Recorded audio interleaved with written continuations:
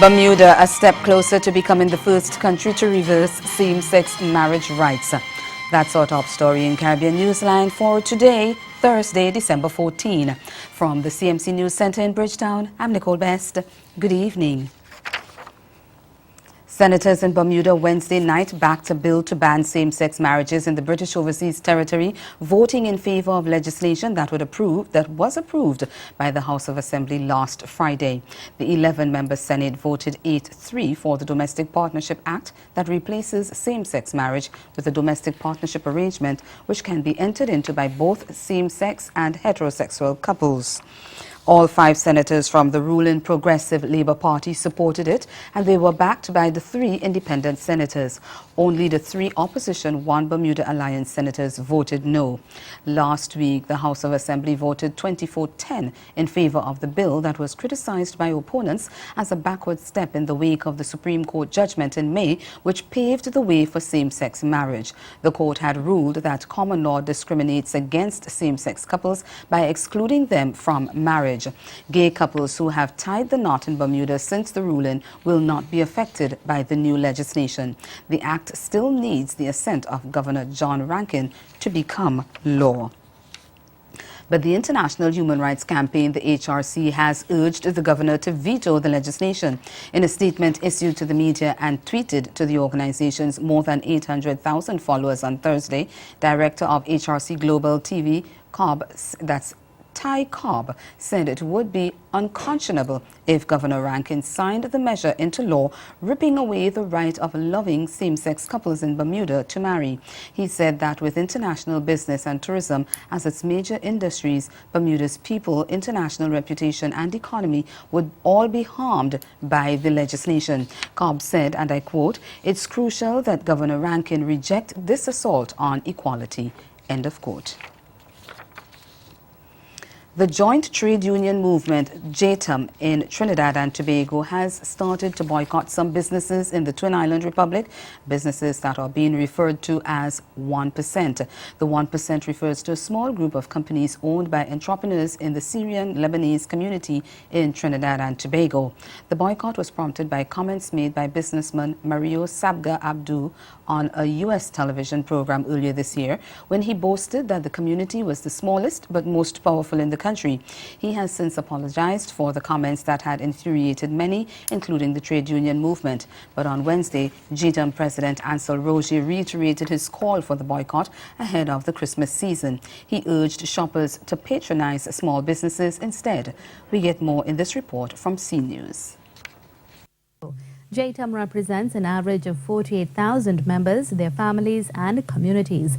President General Ansel Roger says this is massive spending power, which his union plans on using for supporting local business and entrepreneurs, not from the 1%. And there's an alternative world outside of the 1%, of which 99% of us in this country, we are suffering. And when we spend in their establishments, we give more power to them, which power is used against us. And we have to be very careful.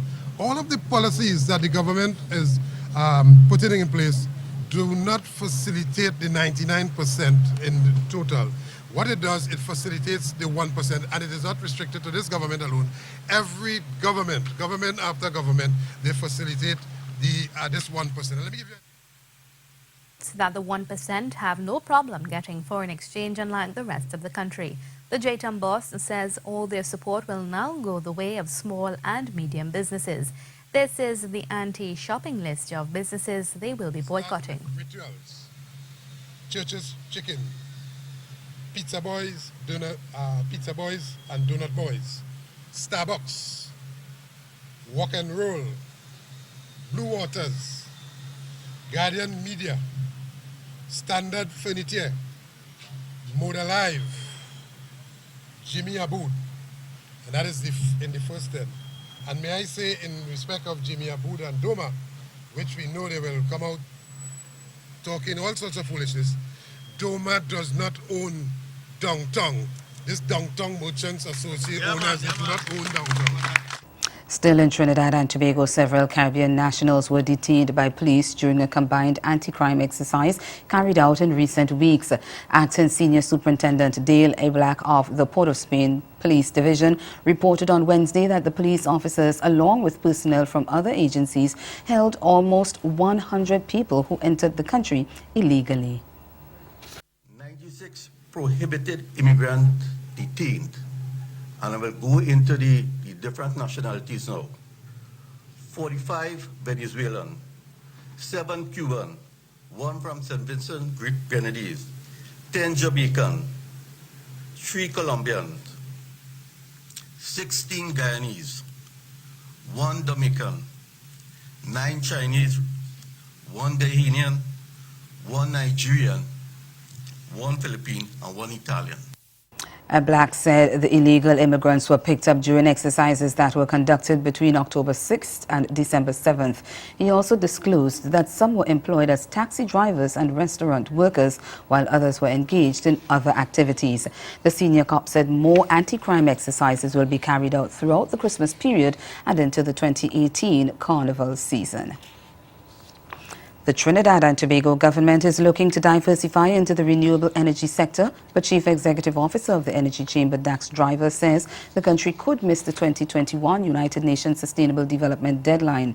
Speaking on a local television program on Thursday morning, he said the focus will be on the introduction of wind and solar power systems. We don't really have much opportunity for large-scale hydroelectricity, which would be sort of another major source. And the other technologies are really sort of quite early in the development, like waves and ocean current. These are very new technologies. So solar and wind are the two which people are looking at, the Ministry of Energy has gone out asking for expressions of interest for large-scale solar energy or wind energy projects. An increase in the use of renewable energy sources for power generation can reduce the dependence on gas, and he explained that this could only redound to the fiscal benefit of the country. The gas which you can sell to the petrochemical sector and to LNG, to Atlantic LNG, that sells at a much higher price than the electricity which goes to the power generation sector. So obviously if you can reduce how much gas you're sending to power generation and increase the amount of gas then which we're sending to the petrochemical plants and to LNG, that improves the situation for the country. That means we have more foreign exchange because that is gas which then goes into products which we sell internationally. The Bahamas government is doing all it can to avoid being blacklisted by the international financial community. At a recent sitting of the House of Assembly, Prime Minister Dr. Herbert Minnis told legislators his government has signed a multilateral convention. Chris Saunders of ZNS Network News reports. Prime Minister the Honourable Dr. Hubert Minnis told the House the Bahamas has mitigated future inclusion on an international economic blacklist by agreeing to sign on to a multilateral convention. We faced blacklisted if we failed to give a definitive indication of our commitment to apply for membership to the Multilateral Convention for Automatic Exchange of Tax Information. My government gave the requested commitment and indicated our desire to join the Multilateral Convention before the end of June 2017.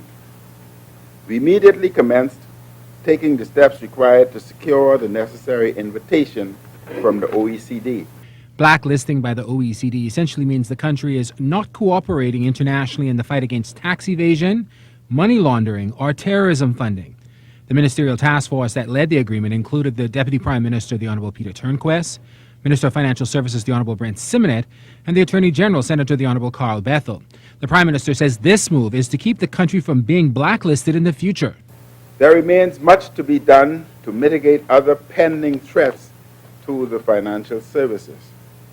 Following receipt of a letter November 7, 2017, forwarded to the government from the BEPS Code and Conduct Group advising that the country had been given a reprieve from blacklisting by the European Union until February 2018, a series of industry briefing meetings were sponsored by the Ministries of Finance and Financial Services and the Office of the Attorney General with the assistance of the CRS Working Group senior officials and regulators to focus on the issues listed in the letter.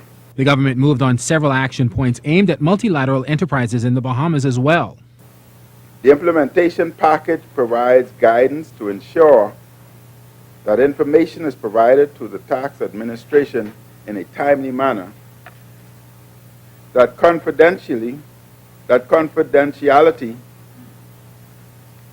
is preserved, and that the information is used appropriately. Still to come in Caribbean Newsline, a High Court judge in St. Vincent and the Grenadines reserves judgment in a matter involving challenges to the 2009 general election results. Stay with us. There's more news after the break.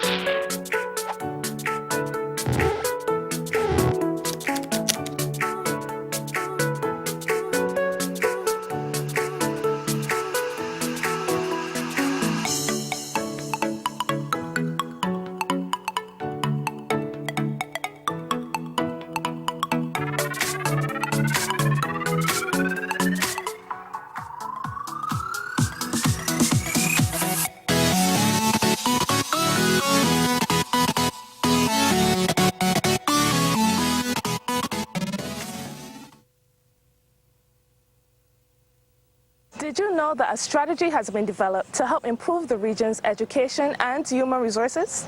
You didn't? Well, the HID strategy, as it is called, will guide CARICOM in how it delivers quality education and training to the people of the region. The strategy has been crafted by a group of experts called the HRD Commission. Consultations have been done across the region to get your input.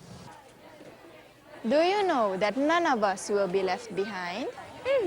The HRD strategy is important to all of us, students, parents, and employers. It will prepare the region, especially the youth, for the 21st century economy and society. The HRD strategy, unlocking Caribbean human potential. Have you or someone you know been diagnosed with diabetes? If so, it is important that you know about Glucerna. Glucerna is a nutritional supplement for people with diabetes and contains Carb Steady, which helps minimize blood sugar spikes. Manage your diabetes with Glucerna. Glucerna, nutrition for people with diabetes, designed for you.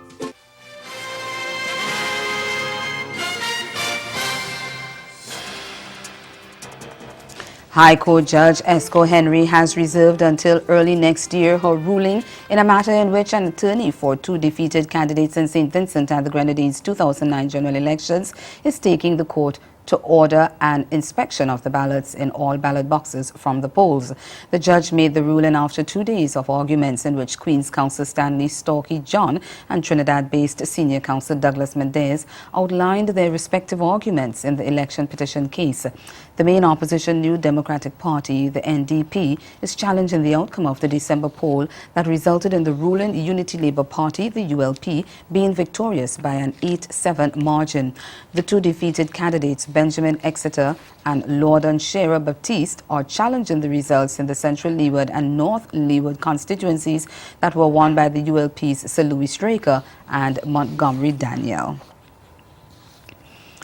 Head of the Indian Association in St. Lucia has appealed to authorities to expedite the reimbursement of South Asian students affected in the infamous Lambert Academy scandal. Miguel Favre of HTS News Force has the details of that story. While litigation in the infamous Lambert's Academy affair is all but wrapped up, pending an appeal, the issue of paying out tens of thousands of dollars in reimbursement funds reportedly continues to drag on.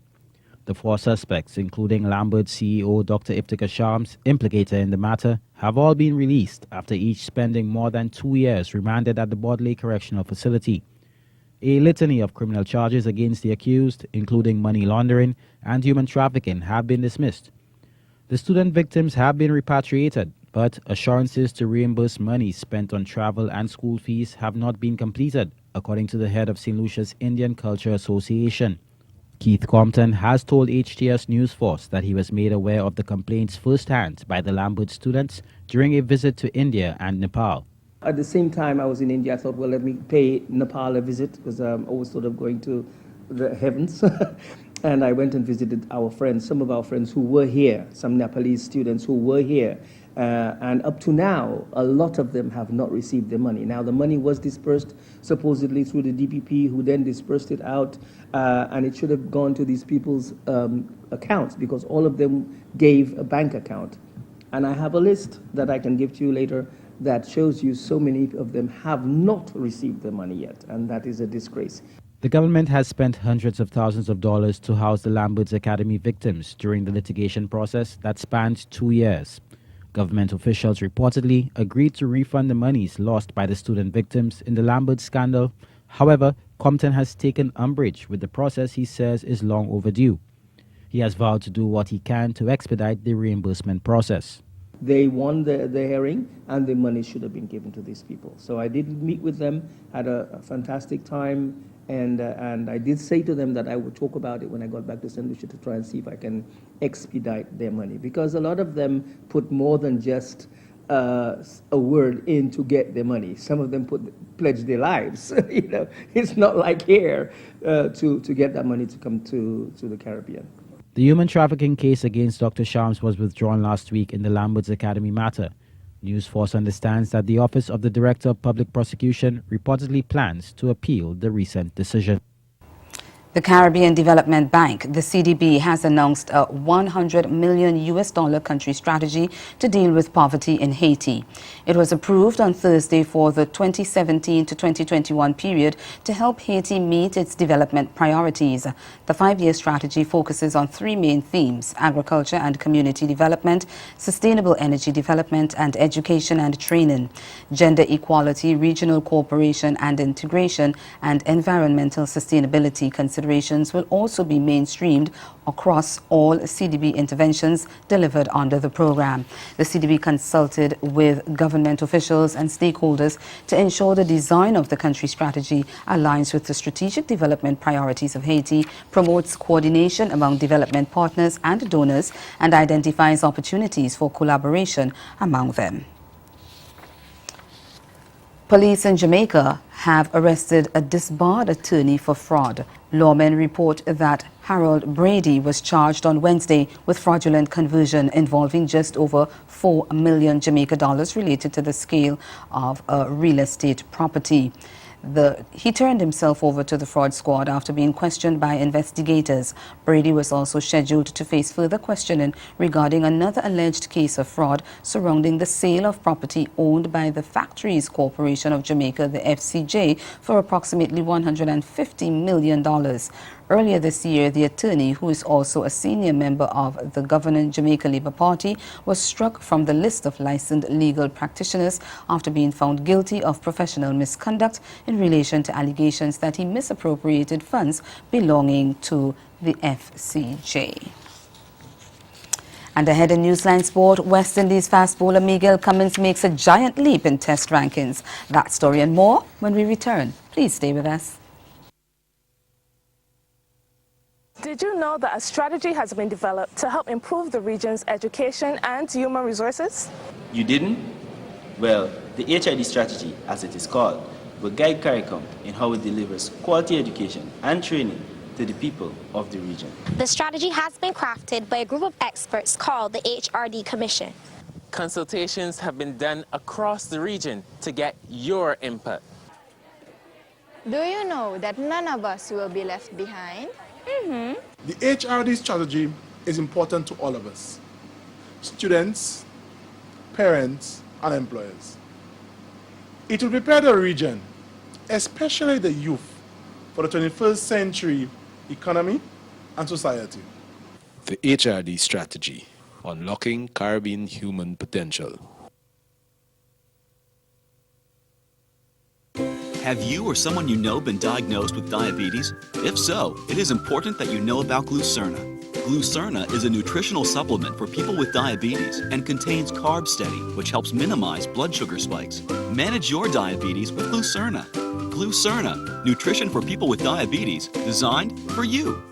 Well, the Barbados government says it will rename Westbury New Road in the St. Michael Parish in honor of Barbadian-born international pop icon Rihanna on Thursday to coincide with the island's celebration of its 51st anniversary of political independence from Britain. The road will be called Rihanna Drive. The Ministry of Tourism said Westbury New Road is a growing tourist attraction as many taxi drivers and tour bus operators show it as a place of interest.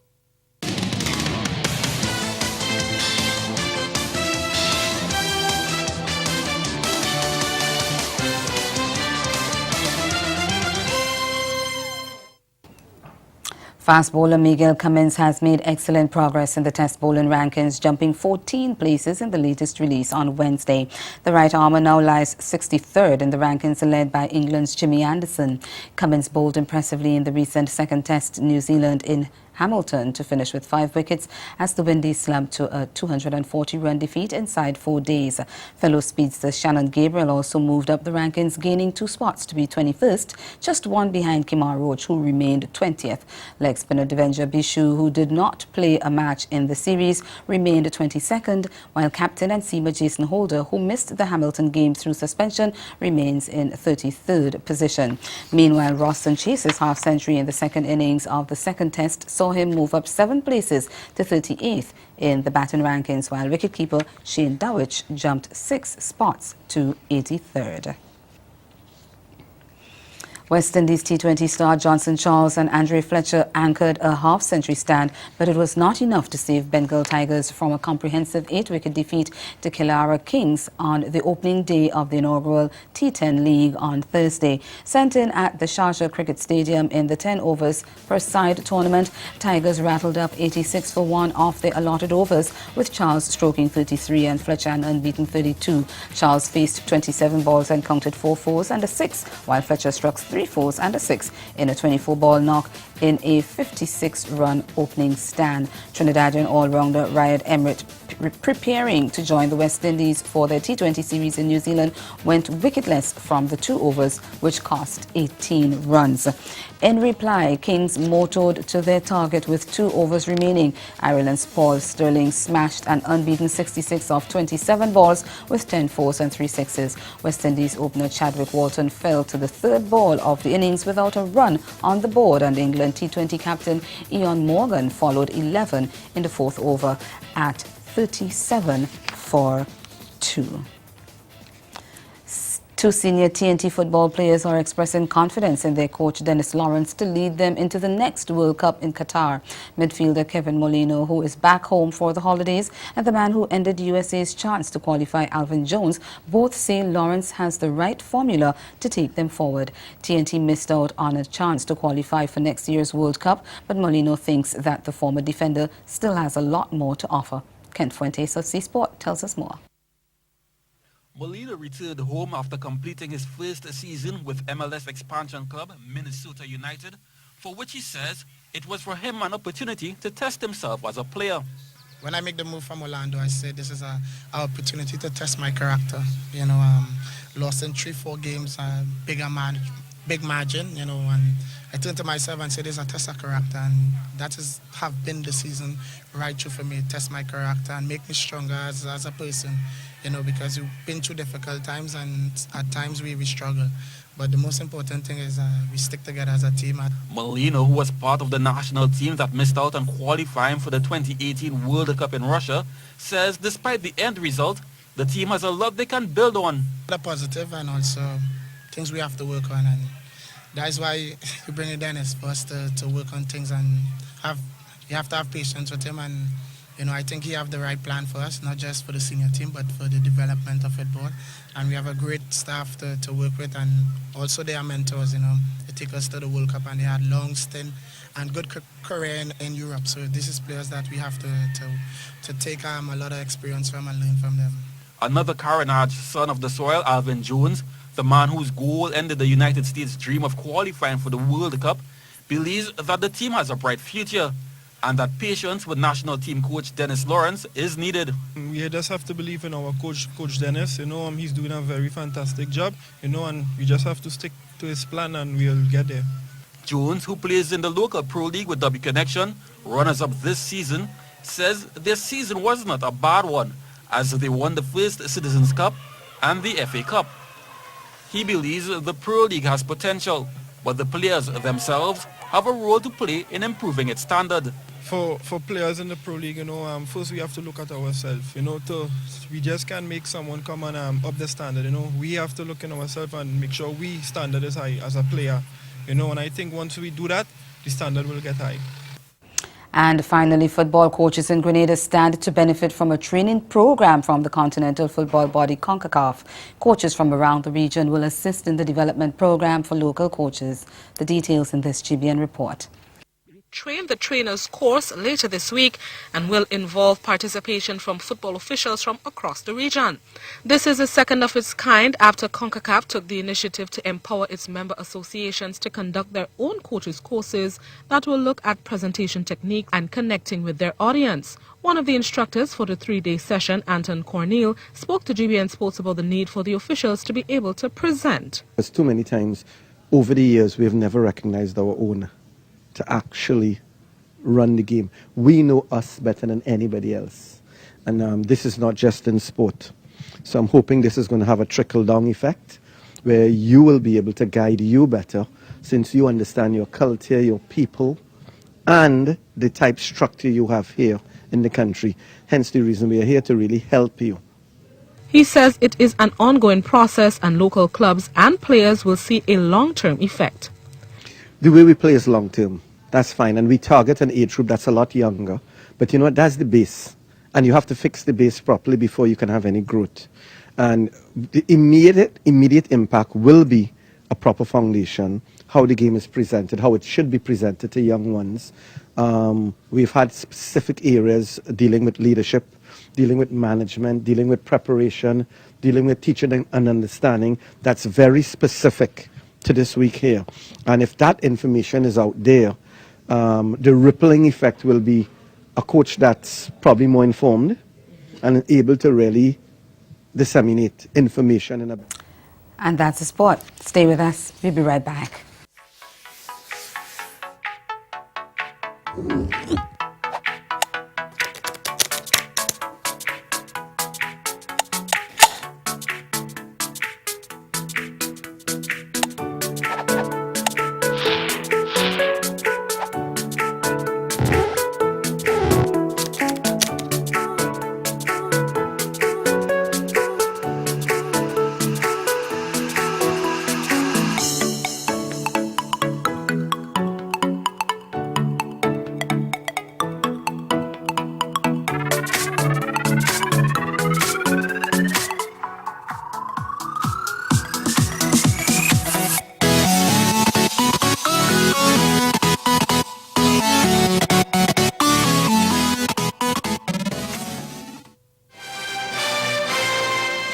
Again, the major developments of this day, the Bermuda Senate backs a bill that brings the island a step closer to becoming the first country to reverse same-sex marriage rights.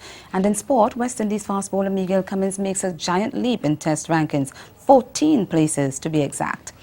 That's Caribbean Newsline. For news and sport around the clock, log on to CarnaNews.com. We'll be back here again tomorrow.